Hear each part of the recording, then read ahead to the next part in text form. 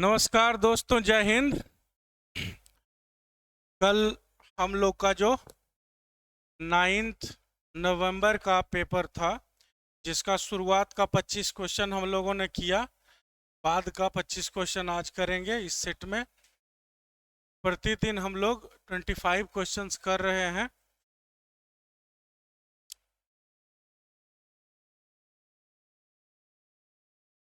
आज 176 से होगा। लिखा हुआ है क्या? अ मेयर्स नेस्ट। ठीक है। और मेयर्स नेस्ट का मतलब क्या होता है? क्वेश्चन नंबर 176 आपके सामने है। और मेयर्स नेस्ट का मतलब क्या होता है? मेयर माने होता क्या है जानते हो? मेयर मतलब क्या होता है? MARE। और नेस्ट माने क्या होता है? घोंसला। सही बात। ये रहा।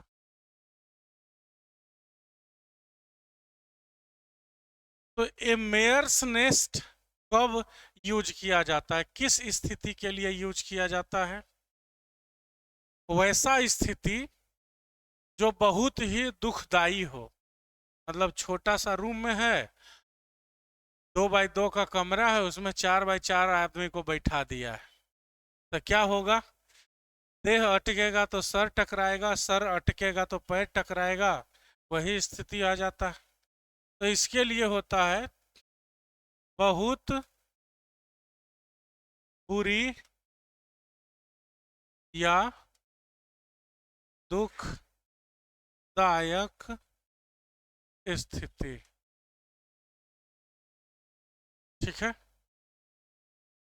अब अगर हम 176 में मेयर्स नेस्ट के लिए मीनिंग निकालना चाहें तो क्या होगा?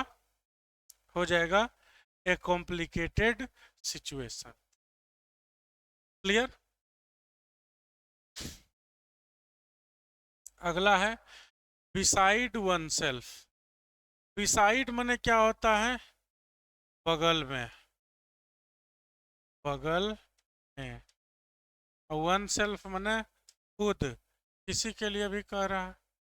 अब बताइए, खुद के बगल में रहने का मतलब क्या हुआ? आप अपने ही बगल में पड़े हुए हैं, ऐसा हो सकता है। इसका मतलब है कि आपका दिमाग ठीक से काम नहीं कर रहा है। आप अपने बगल में कैसे निढाल रहिएगा, पड़े रहिएगा। मतलब है आप अपना होश में नहीं है, होश खो दिए हैं। तो जिसको हिंदी में बोलते हैं ना, निढाल होना। इस स्थिति में होना कि सही गलत, ऊपर नीचे आगे पीछे का कोई आइडिया ही आपको नहीं लग रहा है, तो उसके लिए कहा जाता है बिसाइड वन सेल्फ। सही आंसर क्या हो जाएगा इसका? हो जाएगा almost out of one's senses. होशो होशो हवास में नहीं होना। ठीक है। फिर कह रहा है जो अंडरलाइंड पोर्शन है, उस पोर्शन का आप मीनिंग निकालिए, क्या होता है स्टेटमेंट को पढ़ के। स्टेटमेंट कह रहा है, यहां से स्टेटमेंट लिखा है, मिसेस सुमा was a bit apprehensive about doing so much in just one day, but it was all plain sailing। अब प्लेन सेलिंग का मतलब क्या होता है? देखो, प्लेन माने क्या होता है? सीधा सादा, सीधा सादा। प्लेन मतलब क्या होता है? चिकना सा, है ना। और सेलिंग किसके लिए किया जाता है? जहाज या नाव। जहाज कौन सा वाला? पानी वाला। नाव का चलना। Cell, SAIL। जैसे ड्राइव माने होता है ना गाड़ी चलाना, राइड बाइक के लिए होता है, वैसे ही नाव के लिए, समुद्री जहाज के लिए क्या लिखते हैं? SAIL, sail. इसको चलाना, ड्राइव करना। तो बहुत ही आसान से आप जहाज को चला लिए। मतलब क्या है? शुरू में आप अकबकाई होते हैं, अप्रीहेंसिव मतलब टेंशन में होना, टेंस्ड होना, घबरा जाना, कि इतना सारा काम एक दिन में कैसे होगा, अकबका जाना।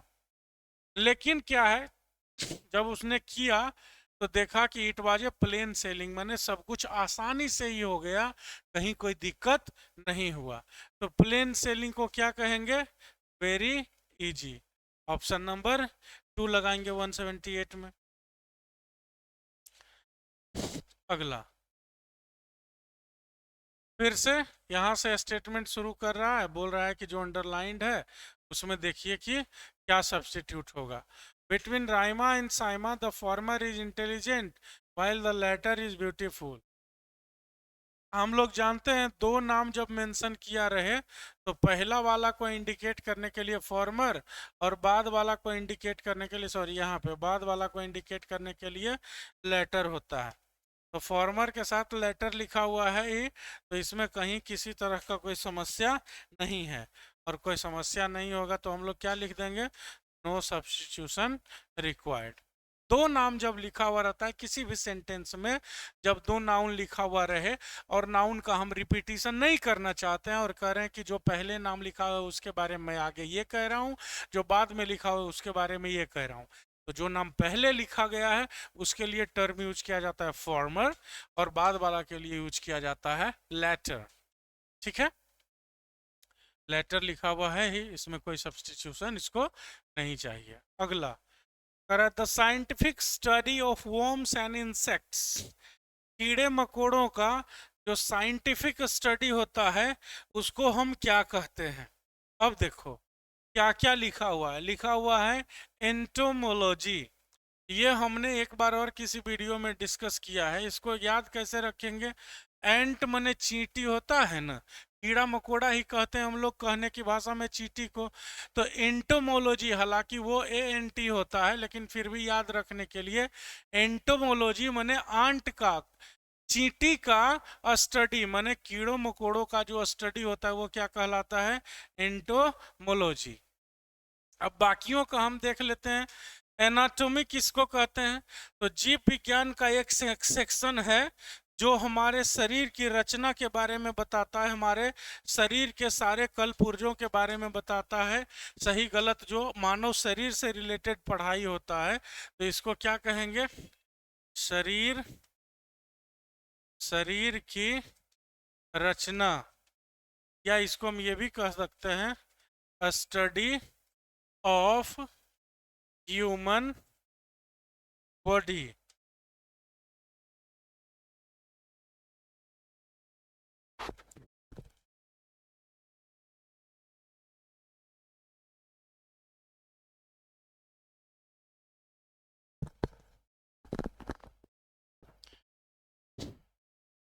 अगला है जूलॉजी, आप जानते ही हैं जीव विज्ञान।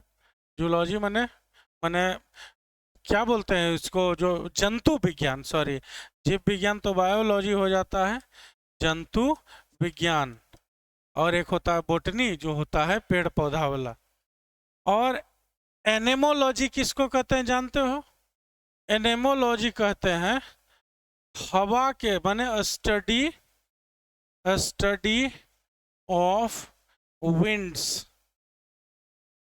इसको कहते हैं एनिमोलॉजी। तो आंसर सही हो जाएगा ऑप्शन नंबर 1 एंटोमोलॉजी। किस चीज का, कीड़ों मकोड़ों के अध्ययन को एंटोमोलॉजी कहते हैं।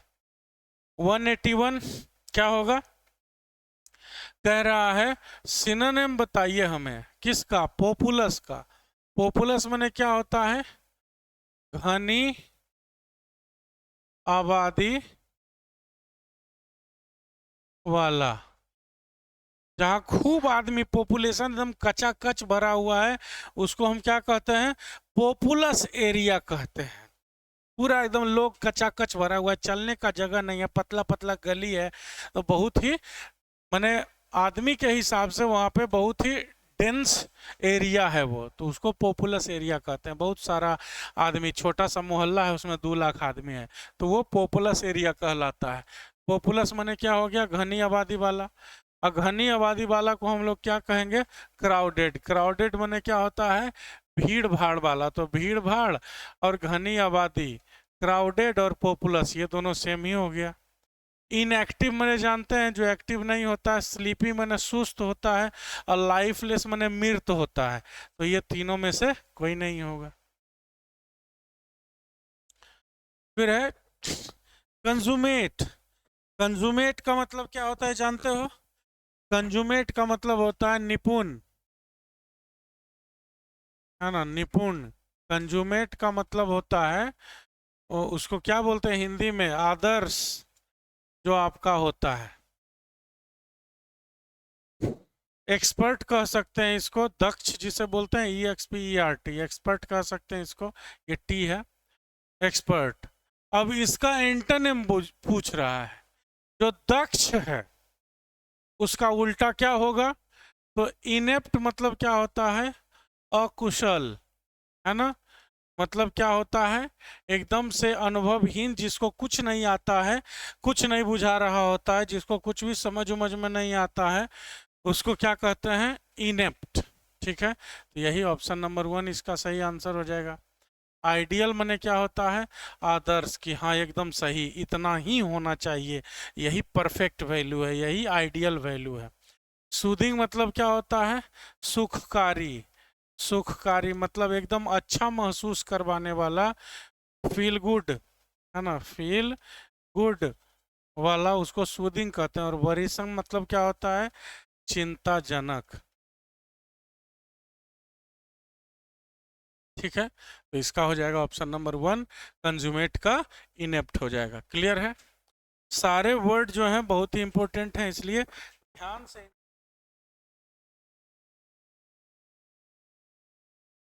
अगला है, we also must do something about our mental and physical lethargy। अब किसके बारे में ये कह रहा है? लेथार्जी मतलब होता क्या है ये बता। लेथार्जी मतलब क्या होता है? कमजोरी। लेथार्जी मतलब होता है सुस्तीपना। यही इटालिसाइज था, इसी का ढूंढना है, हम बता दे रहे हैं यहाँ पे। इसका मतलब क्या होता है? सुस्ती, है ना, कमजोरी। एकदम खटिया पे गिरा हुआ है, उठने का नाम ले रहा है, चलो ना भाई बाहर चलते हैं। भाई हम नहीं जाएंगे, एकदम नहीं ठीक लग रहा है, देह में पूरा समांग नहीं मिल रहा है, लग रहा है कि देह में ताकत है ही नहीं। उसको क्या कहते हैं? लेथार्जी। अब लेथार्जी का सिनोनिम, ईगरनेस मतलब क्या होता है? उत्सुकता। तो जो लेथार्जी होगा उसके अंदर उत्सुकता तो बिल्कुल नगण्य होगा। इंथुजियाजम मतलब भी क्या होता है? किसी के अंदर जो इंथुजियास्ट होता है, क्या होता है? अति उत्साह, है ना, कि एकदम चलो आज करके ही दम लेना है, दैट इज इंथुजियाजम। और हैबिट्यूड क्या होता है? हैबिट्यूड माने होता है सुस्त। यही इसका आंसर हो जाएगा। और चौथा लिखा हुआ है विगोर। विगोर माने क्या होता है? ये वर्ड हम लोग पहले भी यूज कर चुके हैं। विगोर माने क्या होता है? विगरस होता है ना, वहीं से विगोर बना है। तो विगोर माने भी क्या होता है? जोश, उत्साह, हिम्मत। क्या हो जाएगा? लेथार्जी का हो जाएगा ऑप्शन नंबर 3, हेबेट्यूड। हेबेट्यूड का मतलब क्या होता है? सुस्त। हेबेट्यूड का मतलब क्या होता है? लेथार्जी। हेबेट्यूड का मतलब होता है लो ऑन एनर्जी, एनर्जी लेस। अगला कॉमन एरर जैसा लग रहा है, कहता है कि जिसमें एरर है वो टिक लगाइए, नहीं तो कहिए कि कोई एरर नहीं है। क्या लिखा हुआ है? Everyone was surprised at his indefatigable courage। Indefatigable मतलब क्या होता है?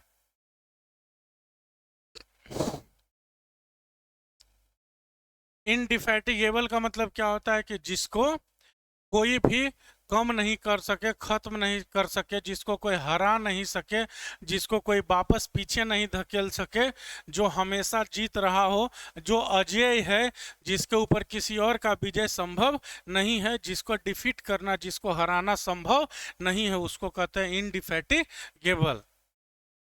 and the determination to achieve what he desired. तो everyone was surprised, इसके साथ at लिखा हुआ है, ये है ही, और बाकी जगह to achieve what he desired, इसमें किसी तरह का एरर नहीं है, तो आंसर हो जाएगा ऑप्शन नंबर 3, नो एरर। ठीक है, अगला है the quality of being honest and having a strong moral principle, OWS है, वन वर्ड सब्स्टिट्यूशन, कि आपके उस क्वालिटी को क्या कहेंगे जिसके चलते आप ऑनेस्ट होते हैं और आपका मोरल प्रिंसिपल मतलब आपका मानवीय वैल्यू जो होता है, आपका मानवीय प्रिंसिपल जो होता है, मोरल प्रिंसिपल जो होता है वो स्ट्रॉन्ग होता है। आप उससे नीचे नहीं, अपने आप के अपने मोरल वैल्यू से आप मानवीय मूल्यों से, आत्मीय मूल्यों से समझौता नहीं करते हैं, बिल्कुल अडिग रहते हैं कि नहीं जो कह दिया सो कह दिया। तो उसको हम एक वर्ड में अगर डिफाइन करना चाहेंगे तो क्या बोलेंगे उसके लिए? अब स्टक अप लिखा हुआ है, स्टक अप मतलब क्या होता है? कहीं भी फंसा हुआ।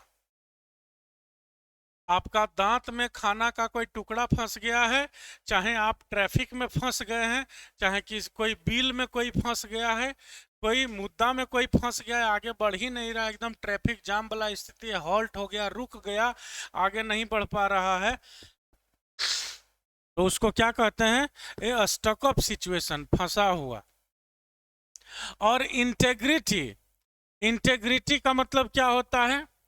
इंटेग्रिटी का मतलब होता है वह गुण, वह क्वालिटी, वह कैरेक्टर जो आपको, इंटीजर नाम सुने हैं? इंटीजर क्या होता है? कंप्लीट होता है, पूर्ण होता है, और वहीं से इंटेग्रिटी आता है, पूर्णता। पूर्णता मतलब क्या हो गया कि आपका हर चीज इंटैक्ट है, मतलब your every character is intact. ठीक है, तो उसको क्या कहेंगे? इंटेग्रिटी वाला आदमी कहते हैं कि उसका मोरल वैल्यू, मानवीय वैल्यू उसका इंटैक्ट है, वो जो कह दिया सो कह दिया, अपने बात से पलटने वाला नहीं होता है। तो इस क्वालिटी को हम क्या कहते हैं? इंटेग्रिटी कहते हैं, ऑप्शन नंबर 2। अगला, the one who makes maps and charts. Artist मतलब क्या होता है? कलाकार। कौन सा कलाकार? जो आर्ट से रिलेटेड होता है। कलाकार मतलब जो मूर्तियां बनाता है, जो स्कल्पचर्स बनाता है, उसको हम आर्टिस्ट कहते हैं। ये कह रहा है जो मैप और चार्ट बनाता है। तो आप ध्यान रखिएगा, मैप और चार्ट बनाने वाले को हम क्या कहते हैं? कार्टोग्राफर। और ज्योग्राफर जो भूगोल, भू विज्ञान से संबंधित हो, धरती का विज्ञान से संबंधित हो, ज्योग्राफर उसको कहते हैं। और स्कल्पचर माने क्या होता है? मूर्तिकार। मूर्तिकार। आर्टिस्ट क्या हो गया? एक्टर को भी आर्टिस्ट कहेंगे, सिंगर को भी आर्टिस्ट कहेंगे, लेकिन स्कल्पटर खास करके उसको कहेंगे जो मूर्ति बनाता हो, मिट्टी का मूर्ति बनाए चाहे पत्थर का मूर्ति बनाए, उसको क्या कहते हैं? स्कल्पटर। ठीक है, तो मैप और चार्ट्स बनाने वाले को क्या कहते हैं? कार्टोग्राफर। कार्टोग्राफर। अब रिलक्टेंट का मतलब क्या होता है बताओ? रिलक्टेंट मने भी होता है सुस्त। सुस्त। रिलेक्टेंट मतलब होता है अनइंटरेस्टेड, TERESTED, अनइंटरेस्टेड, जिसको हम कह सकते हैं अनिच्छुक। इच्छा ऐसा होता है ना, ऐसे अनिच्छुक।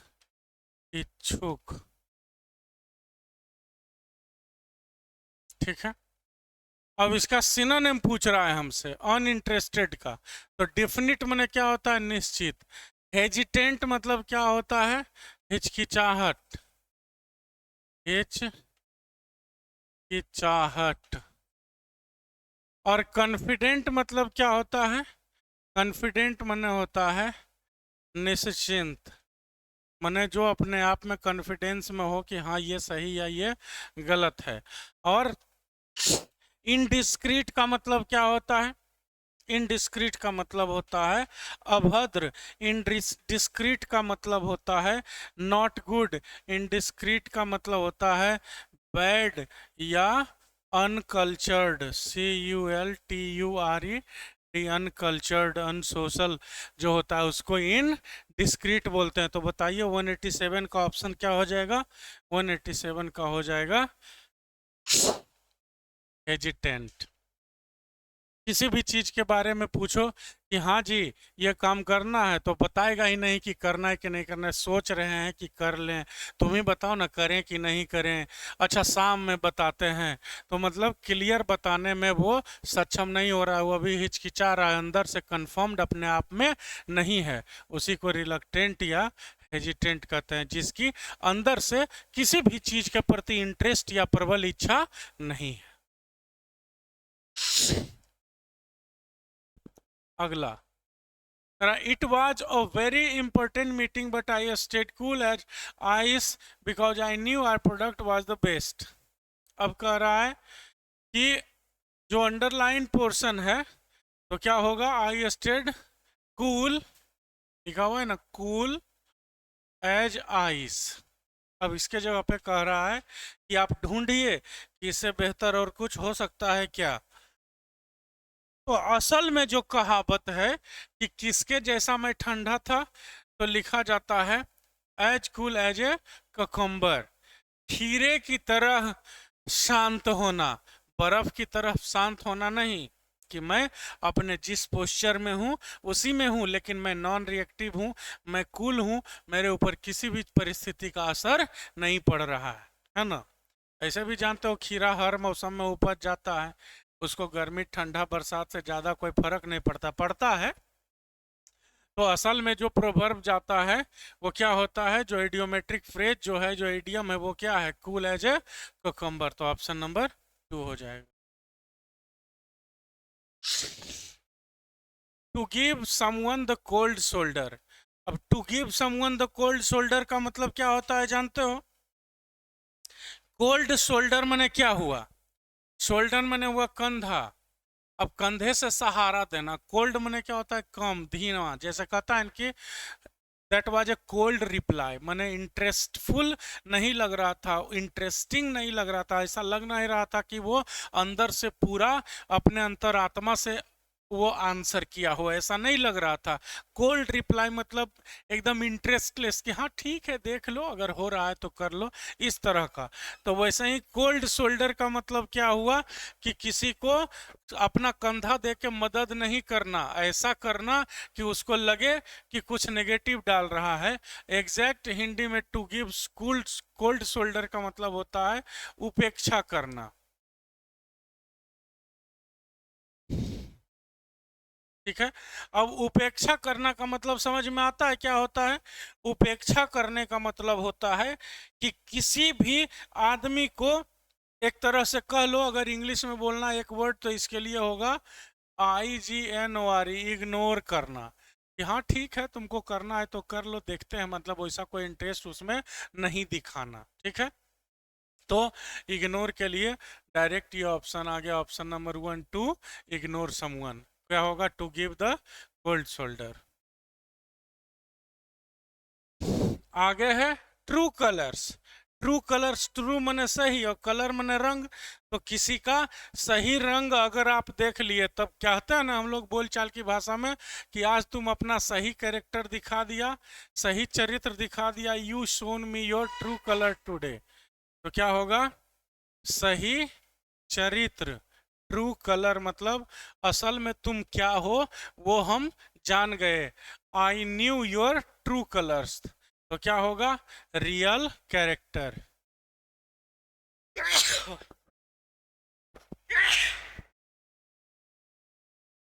रियल कैरेक्टर हो जाएगा, 190 का हो जाएगा ऑप्शन 3। अब आ गया हमारा कॉम्प्रिहेंशन। कॉम्प्रिहेंशन में पढ़ता हूं, कह रहा है Migaloo is by far one of the world's most recognisable whales. मने अभी तक मिगालू जो है वो दुनिया का वैसा वेल्स में से है जिसका पहचान सबसे आसानी से हम कर सकते हैं। उसमें सबसे जल्दी सबसे आसानी से पहचान करने वाला व्हेल जो मछली होता है ना, व्हेल, उसमें एक एक एक प्रकार का प्रजाति है व्हेल का जिसका नाम क्या है? मिगालू। तो कहता है मिगालू वेल जो होता है उसको पहचानना अभी तक सबसे ज्यादा आसान है। जितने भी वेल्स को हम पहचानते हैं, हम्प बैक वेल होता है, ब्लू वेल होता है, मिगालू हो गया, तो इन सब में सबको देखते के साथ सबसे आसानी से किसको पहचाना जाता है? मिगालू को। Because he is completely white, क्योंकि ये पूरा का पूरा वाइट होता है। Thanks to genetic sampling of Megalu's skin, scientists have identified that his male and his albino appearance, albino माने होता है whitish, उजला, है ना, whitish, उजला कलर का, उजला जैसा। Albino appearance is a result of a variation in the gene responsible for color of his skin. कहता है कि वैज्ञानिकों का कहना है कि मिगालू जो है वो एक मेल है और उसका जो उजला कलर है, उजला जो प्रतीत होता है देखने में स्किन का कलर है, वो किस कारण से हुआ है? तो result of variation in the gene responsible for the colour of his skin. उसका जीन में जो वेरिएशन आया, मेटिंग हुआ होगा, हाइब्रिड हुआ होगा, और उसी के चलते जो स्किन का कलर उसका बदला, ये प्रमुख कारण है। इस तरह का उजला कलर हो गया उसके स्किन का कि उसको पहचानना बिल्कुल आसान हो गया। Simply by looking different, Migalu has become an icon within Australia's East Coast humpback whale population. एक whale ये भी होता है जिसका नाम है humpback, मतलब यहाँ पे पीठ पे जैसे बैल का कुबड़ ऐसे उठा हुआ होता है ना, यहाँ पे बैल का, वैसे whale का भी होता है, उसको humpback whale कहते हैं। तो कहता है humpback whales जितने भी हैं ऑस्ट्रेलिया के ईस्ट कोस्ट रीजन में, उसमें मिगालू जो है एक आइकॉन बन गया है। Indeed, Migalu has his own Twitter account with over 10,000 followers and website where fans can lodge sightings and learn more about humpback whales. कहता है कि ये जो मिगालू है, मछली का जो नाम दिया हुआ है मिगालू, माने एक ही मछली का नाम जो मिगालू दिया हुआ है, उसका अपना ट्विटर अकाउंट है, लगभग 10,000 फॉलोअर भी है, और अपना उसका वेबसाइट है जहाँ पे जाके और फैंस जो हैं उसके हम्पबैक वेल्स के बारे में बहुत सारी जानकारी ले सकते हैं। He was first discovered in 1991 of Byron way, Australia. सबसे पहले ऑस्ट्रेलिया के बायरन बे में, बायरन की खाड़ी में 1991 में इसको देखा गया था। And had since played hide and seek for many years with many not knowing where or when he'll show up next. और तब से यह हाइड एंड सीक खेल रहा है लोगों के साथ, और लोगों को पता नहीं चल पाता है, कभी यहाँ दिखता है, कभी वहाँ दिखता है, कभी वहाँ दिखता है। लोग यह प्रिडिक्ट नहीं कर पा रहे हैं, यह कहने में लोग समर्थ नहीं हो पा रहे हैं कि आज यहाँ पे दिखा तो कल कहाँ कौन सा देश का किनारा में जाके दिखेगा, पता नहीं। तब से ही लुका छिपी ही खेल रहा है।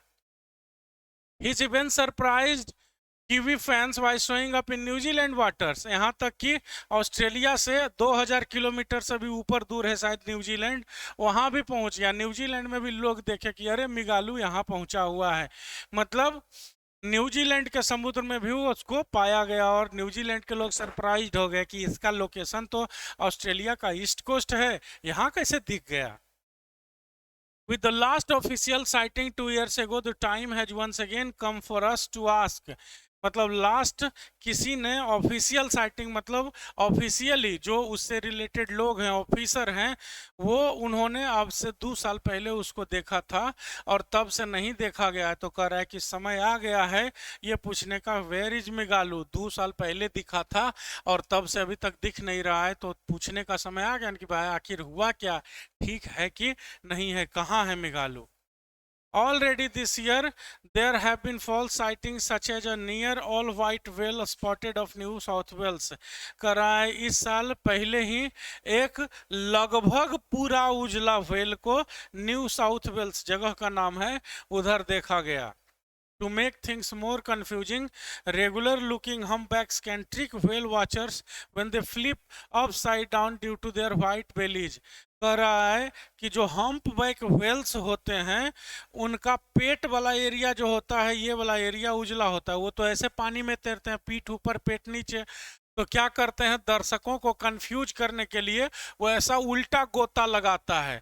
तो कभी कभी जो देख रहे होते हैं लोग, उनको लगता है कि अरे देखो पूरा व्हाइट दिखा, व्हाइट दिखा, यही मिगालू है, यही मिगालू है। तो हम्प बैक वेल्स जो हैं कभी कभी ऐसा भी करते हैं कि अप साइड डाउन होते हैं, तो उनका उजला पेट देख के लोग कंफ्यूज होता है कहीं यही तो मिगालू नहीं है। ठीक है, अब ये क्वेश्चन पहला कर रहा है what is the theme of the passage. Passage का थीम क्या है, थीम क्या डिसाइड करते हैं, कैसे किसको थीम कहते हैं, कि ये लिखा हुआ किसके बारे में है।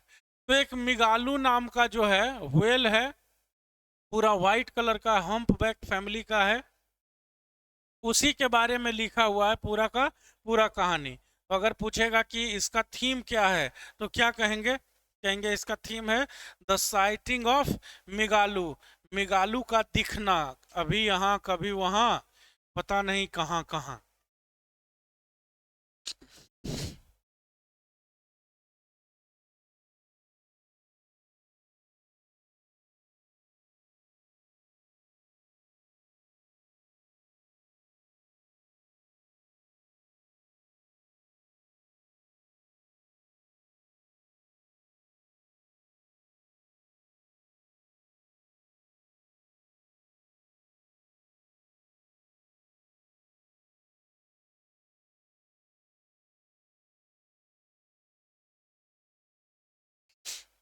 फिर कह रहा है how can regular looking hump back trick well watchers.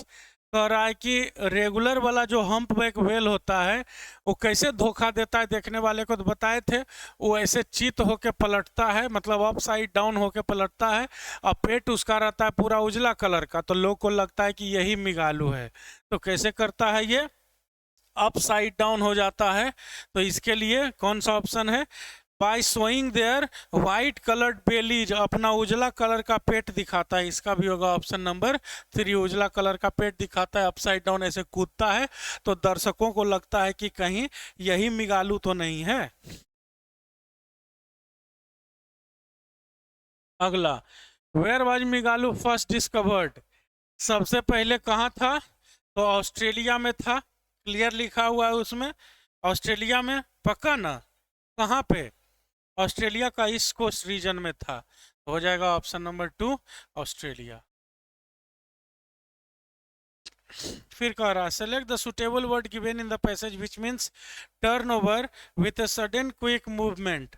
तो इसका मतलब क्या होता है, अचानक से ऐसे उल्टा उलट जाना होता है, उसको हम लोग क्या कहते हैं, तो उसको हम लोग कहते हैं फ्लिप करना, FLIP, फ्लिप कर जाना।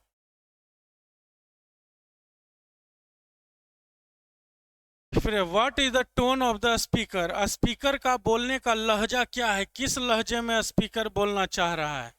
तो लहजा कुछ नहीं है, ये अल्बिनो नाम का जो हम्प वेल उजला कलर का है उसके बारे में ये डिस्क्रिप्शन दे रहा है, उसके बारे में डिटेल दे रहा है, कहानी कह रहा है, तो उसके लिए हम क्या कहेंगे, इसका टोन हो जाएगा डिस्क्रिप्टिव, ऑप्शन नंबर 2। ठीक है,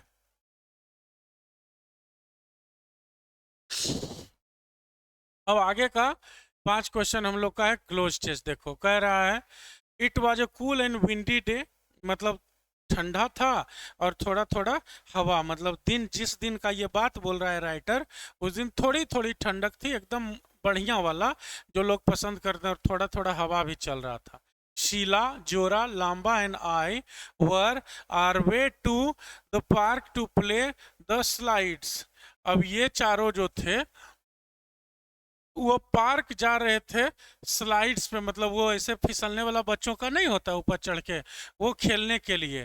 तो कहीं जाना को क्या कहते हैं, टू बी ऑन वंस वे, तो क्या हो जाएगा यहाँ ऑप्शन नंबर 1, यहाँ पे क्या लिख देंगे, यहाँ पे हो जाएगा on our way to the park to play on slides. हम लोग रास्ते में थे और कहाँ जा रहे थे, पार्क जा रहे थे स्लाइड्स पे खेलने के लिए। फिर कहता है on our way Sheila something stuck to her shoe, क्या कह रहा है 197 हमें देखना है कि जब हम रास्ते में जा रहे थे तो क्या हुआ, कहां पे, जहां रास्ते में हम थे वहां कह रहा है शीला के साथ था कुछ उसके जूते में अटक गया, तो कहां, यहाँ क्या हो जाएगा देयर, THERE वाला देयर, THEIR वाला नहीं, देयर शीला समथिंग। अब शीला के तुरंत बाद 198 में क्या कह रहा है कि शीला को लगा क्या कि कुछ उसके जूते में फंस गया है, तो इसका तो फील करने जैसा कोई मीनिंग ऐसा आएगा, खुद ही नहीं, फेल्ट। ठीक है, तो ऑन आवर वे देयर, यहाँ पे हो जाएगा THERE देयर, यहाँ पे हो जाएगा ऑन, और यहाँ पे हो जाएगा शीला फेल्ट। शीला को लगा कि कुछ मेरे जूते में फंसा हुआ है। मस्ट बी अ, शीला ने सोची क्या कि ये क्या होगा, मस्ट बी ए, तो इसको क्या कहते हैं, ए पीस ऑफ। ऑफ लिखा हुआ है ही, पीस आएगा अगले में, या सेक्शन आएगा, बाइट आएगा, ऐसा कुछ आएगा, piece of, option number 2। A piece of, तो क्या हो गया, यहाँ पे ऑन हो गया, यहाँ पे THERE देयर हो गया, यहाँ पे क्या हो गया, Sheela felt, FELT felt something, or must be a, यहाँ पे क्या हो गया, piece of chewing gum or something. She muttered as she went down to remove, go down, went down, झुकना को हम लोग क्या लिखेंगे, BENT, बेंट, BEND, बेंड माने झुकना, तो क्या लिखेंगे, bend down as she bent down to remove the object, तो क्या होगा, ऑप्शन नंबर 2। यहाँ पे लिख देंगे BEND। What's removed from her shoe was a dirty note of 500 रुपी। और अचानक से जब वो हटाई तो क्या देखी कि 500 रुपया का एक तो गंदा सड़ल सा मचुराया हुआ पूरा कुचलाया हुआ नोट सटा हुआ था। क्या किस्मत है, क्या हो जाएगा, we were on our way to park, यहाँ पे क्या था, on our way there, Sheila felt, FELT felt something, it must be a piece, और ये हो गया बेंड, तो कहानी हो जाएगा, it was a cool and windy day, Sheila, जोरा, Lamba and I were on our way to the park to play on the slides, on our way there Sheila felt something stuck to her shoe, must be a piece of chewing gum or something, she मटर्ड, मटर मतलब होता है बुदबुदाना, धीरे से फुसफुसा के बोलना, as she bent down to remove the object, मतलब जूता में ऐसे झुक के और देखी कि क्या है, इसको हटाते हैं, और झुकते झुकते बुदबुदा रही थी कि पक्का च्युइंगम सटा हुआ होगा, और जब देखी तो क्या था, एक 500 रुपया का गंदा नोट था। ठीक है ना, this was I think the last question. तो हमारा सेट 2 कंप्लीट हो गया, 4 वीडियोज में, एक सेट 2 वीडियो में जा रहा होता है, हर वीडियो में हम 25 क्वेश्चंस कर रहे होते हैं, अगला सेट लेके फिर से आएंगे, तब तक के लिए पढ़ते रहिए, थैंक यू।